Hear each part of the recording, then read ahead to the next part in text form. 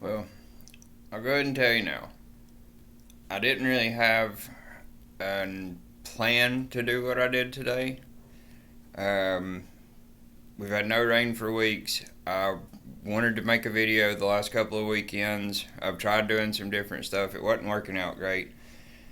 I got up early this morning, let all the animals out, fed them, went through and watered everybody. It's been so hot. We've had no rain. The water's low everywhere. Fish just aren't wanting to get out and socialize with us like we want them to. So I went to a local spot. It's very public. Tons of people fish there, but most of them are fishing usually for like carp or catfish or using a bobber and worm setup, stuff like that.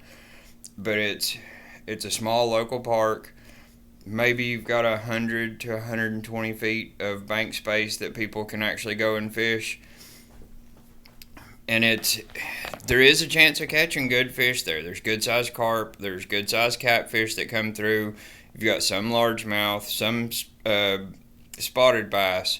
Mostly, if you get lucky, you got a chance to hook into a 3 or 4 pound smallmouth.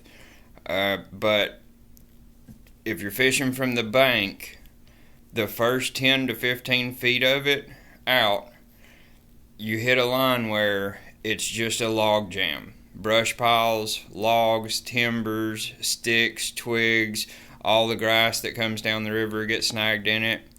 So I was going to go down there this morning, try to fish some, see if I couldn't hook into anything. I made 2 casts, and I even put my waders on into the water to get past that point.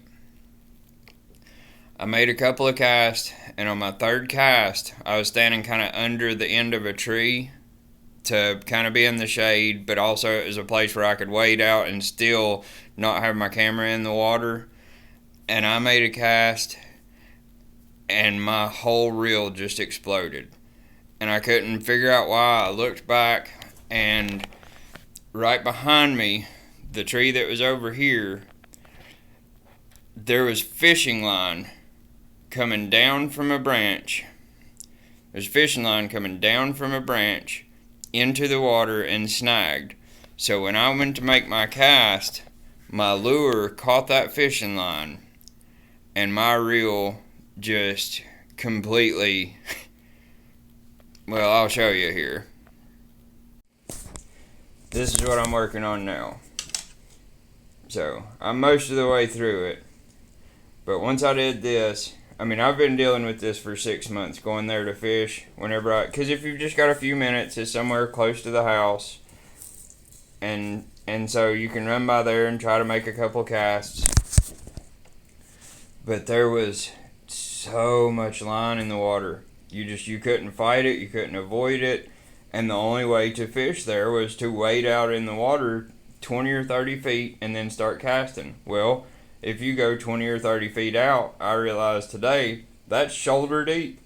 That's higher than waders, and that's higher than my chest mount is for the camera. So I spent my entire first half of the day wading that whole park, and I cleared every bit of line that I could find from the bank to those brush piles. And so you'll see next what all I found today. I came out here to fish at the river, which we're going through a terrible drought right now. It hasn't hardly rained at all in the last couple of weeks, and the weather's been in the 90s every single day, very little wind, and so the water's low here at the river. Even though they generate, it's just lower than normal. But let me set this rod down. What I am seeing is this is a public area, and so where the water's low, we've got, can't tell what kind this is, if it's a culprit, nice little curly tail worm. There's line everywhere right here in the mud.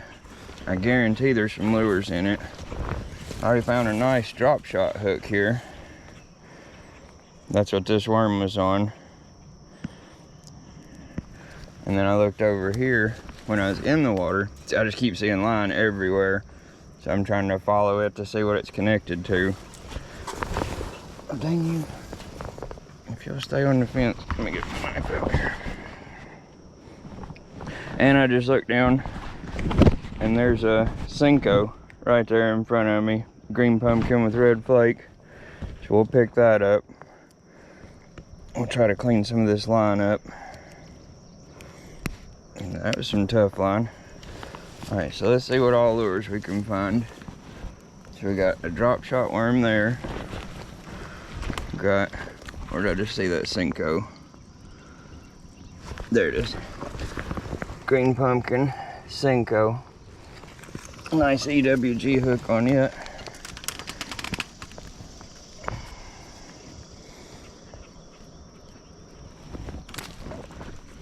Okay.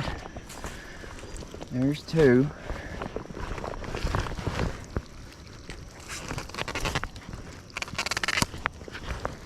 I'll get all this line out that we can, because I like coming here to fish. It's not the best spot, but it's close to the house, it's convenient. And so it's nice to be able to come here, but it's getting really aggravating because of all the line and branches and stuff. It's just really hard to functionally fish. So we'll try to get as much of this out as we can.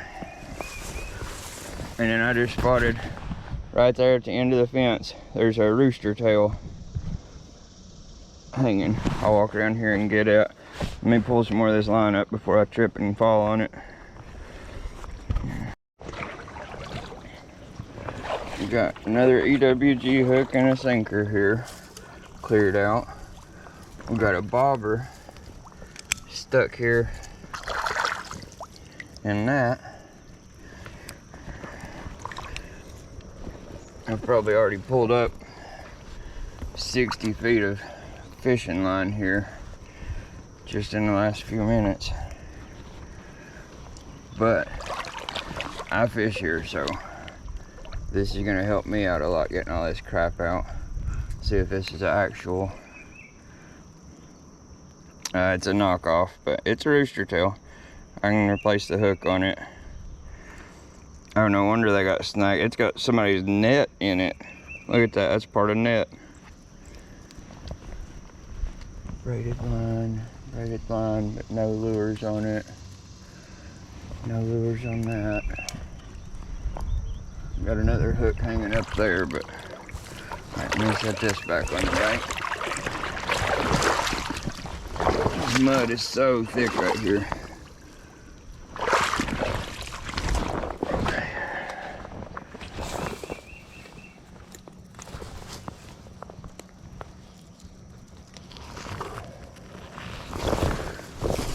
Okay, I got the line off of that one.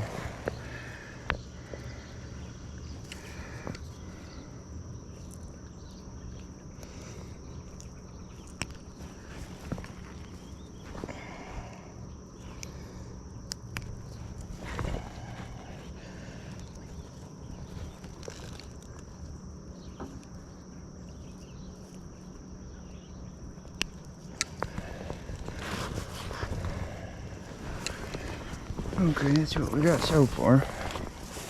I bet there's stuff in these branches. I'm positive there would be some. Somebody has to have gotten snagged in this tree.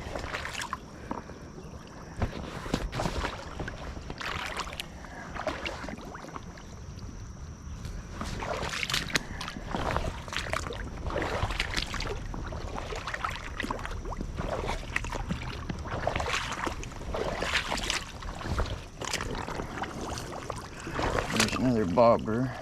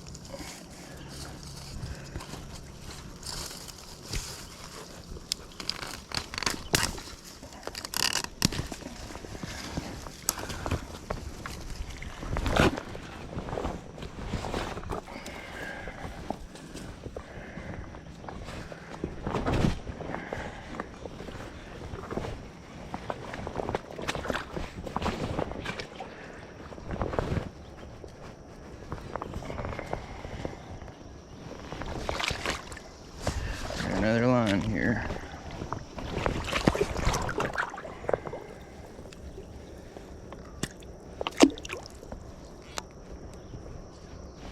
Oh, another Senko, and it is hooked onto a different line. Well, that one broke.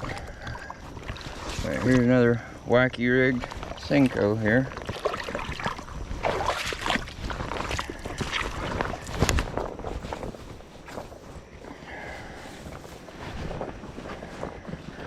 Alright. Just found a Googan Squad trench hog. And it's wrapped up in 3 other lines here, so we're gonna get it out. Look at this jumble I found all in the same spot. This trench hog was hooked to another line. I started pulling on it. I've pulled up 2 soft plastic worms, a trench hog, a spinner, and I'm still going. This is a lure that I put together probably 18 months ago. This was from a small company at the Knoxville Expo. It was a younger kid that was making these. I think he was like 15 or 16.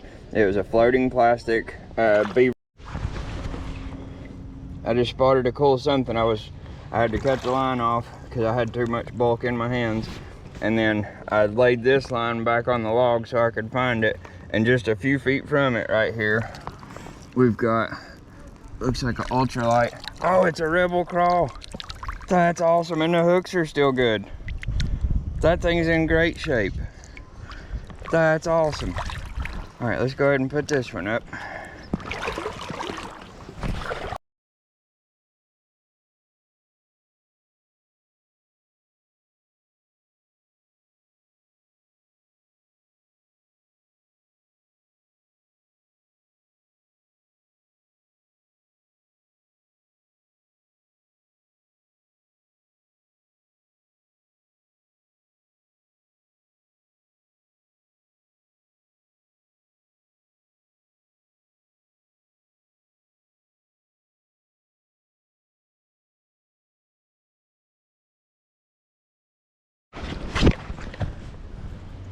Nice, functional, full-size, original chatterbait.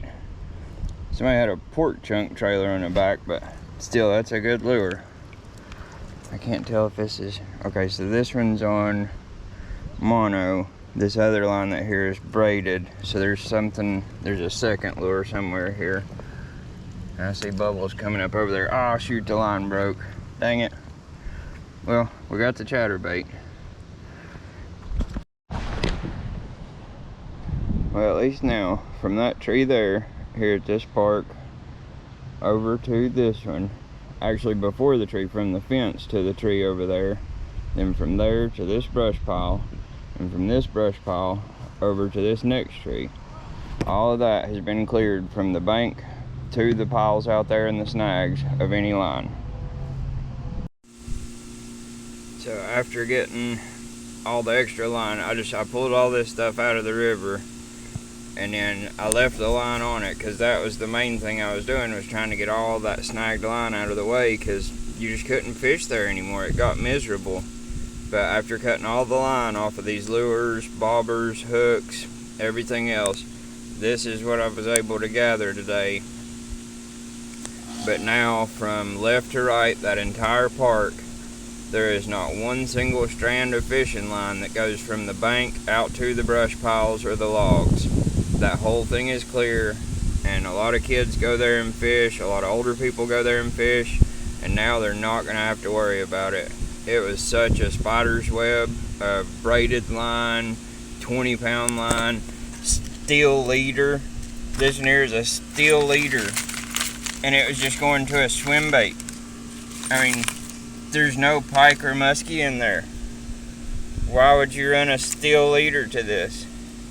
But I mean, as people don't know, and they're just using what they have, but it had become a nightmare.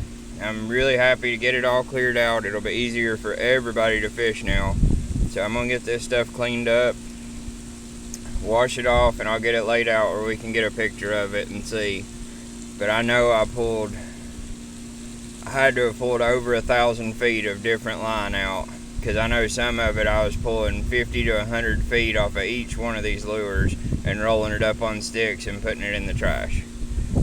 So hopefully this will make it a lot better for everybody. Okay, so after all that time cleaning out the different fishing line and tracing down lures and bobbers and stuff like that, but cleaning up the fishing area, so this is what we've got together now.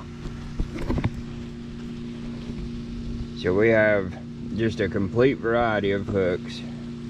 We've got 4 different bobbers here, which I was surprised there wasn't more of those, because most people are fishing for catfish or carp there. We got a couple of nice Colorado blade spinner baits, single blade spinner baits.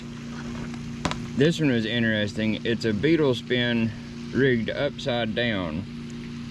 So it was like somebody was trying to make an underspin, or this was a pre-rigged swim bait on it. You can tell because of that head. So this is like a pre-bought one.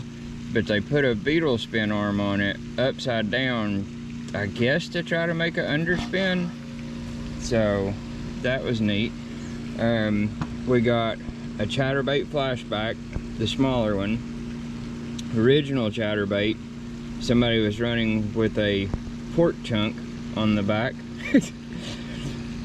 A heavy, this is probably a 1/2 to 3/4 ounce football jig.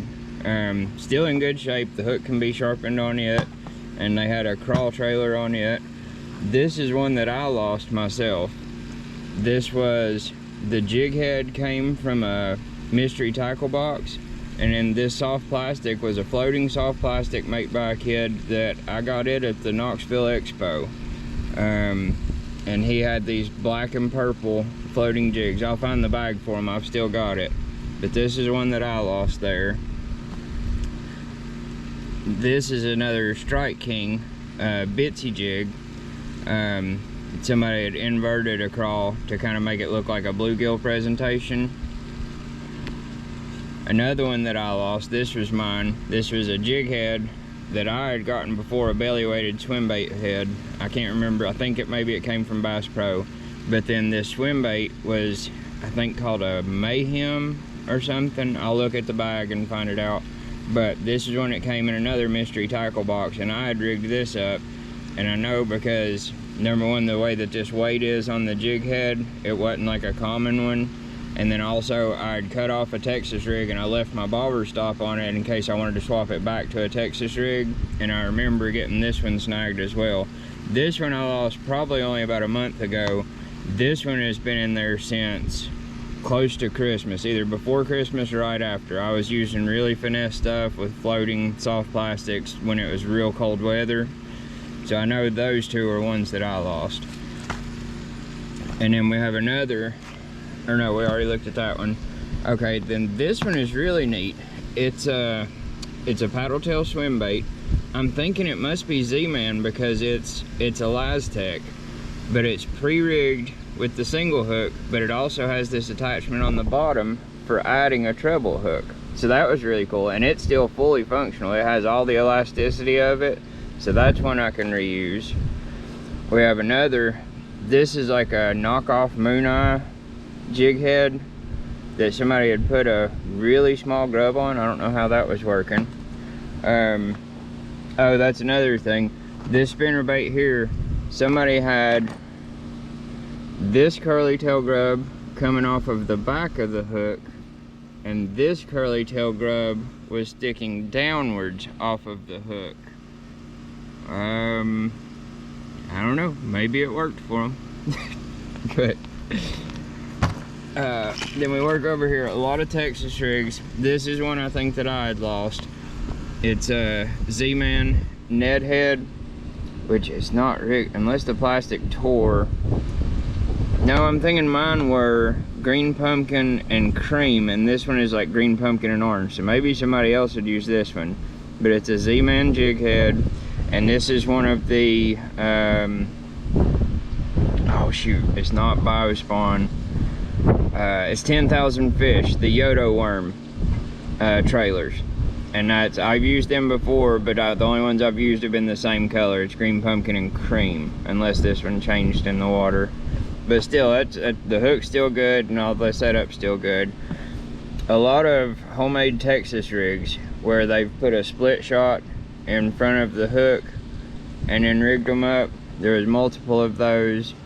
Here's another one. I don't know this lure. It has it's a creature style like beaver bait, but it has holes in the ribbing, and I've never seen that in any soft plastics that I've used on the sides. So it's like an open cavity between it. Several different worm rigs, Senkos, curly tail worms, speed worm, another Senko. This is more of a finesse worm. This one had line going through it, but I never found the hook for it. And we had a wacky rig on a big offset worm hook. This one was really interesting here. This is a Storm 360 search bait. And I know it's I don't know, yeah, this is a Storm head. It doesn't rattle, and the hook's ruined. But that paddle tail looks way too small for the head. It's like only half the width of it. But still, you know, it'd be a good bait. But it's hooked to this big old keeper, and then it has a 2-foot long steel leader that's then connected to a barrel sinker, like a Carolina rig sinker. And it's hooked up with like 60-pound test catfish line, and they still broke off. But the coolest stuff was the chatterbaits, getting these jig heads, because all these still have good hooks on them. They're all still in really good shape. They're not rusted or corroded at all. This one here, this little finesse one, it's got the weed guard on it and everything. It's still in great shape. Football jig hook on it, still great. I just got to pull that soft plastic off and wash them off. The only ones that I've cleaned up, and then tons of sinkers. You can't forget. We've got huge, like 1 ounce bullet sinkers, split shots. This is a really cool one here too. This is a tube jig with a weedless setup, and that hook's still good, so I can reuse it. So that'll be handy. I like using those in certain techniques, usually with small paddle tails, but I might try it with a tube. But then the best finds were these hard baits. So we've got a lipless here. I think maybe this is a lunker hunt. I haven't noticed. The only ones I've washed up are the hard baits, and I don't see any writings on it, but I think maybe this is a lunker hunt. This is a really cool colored Rebel Crawl. And I love these. I just made a video. My nephew gave me a Rebel Crawl and Joe's Flies inline spinner, and I made a whole video on multi-species. I think we caught 5 or 6 different species on it. Then this one, I've never had one of these. This is a Spro Mix Stick 95 jerkbait. The hooks are still great shape. This thing was solid black. I thought it was like a generic knockoff at first because you couldn't see anything on it, and I couldn't really tell. It's got a nice rattle to it, like heavy knockers. But it still floats head up. Then we've got this one here. I didn't find a brand on it. I don't know if it's like a Walmart one. At first when I found it, I thought it was a Yo-Zuri, but normally they say that on the back. And I never did find any print on the back of it.